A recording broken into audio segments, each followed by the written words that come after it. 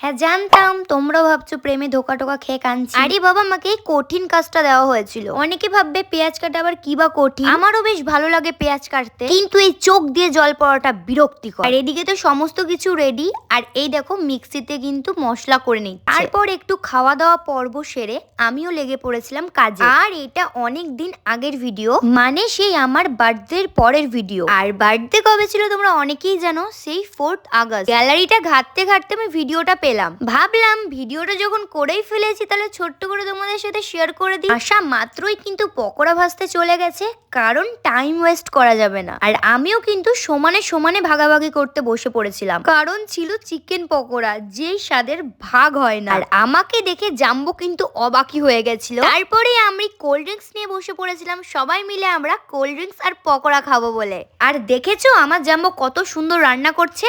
দাঁড়াও, এটা তো কিছুই না, একটু পর দেখবে। বললাম না, এসেছে তো জিভে জল। জল এলেও কিছু করার নেই, আমার কাছে এখন এক পিসও নেই। চলো তাহলে এখন বাই।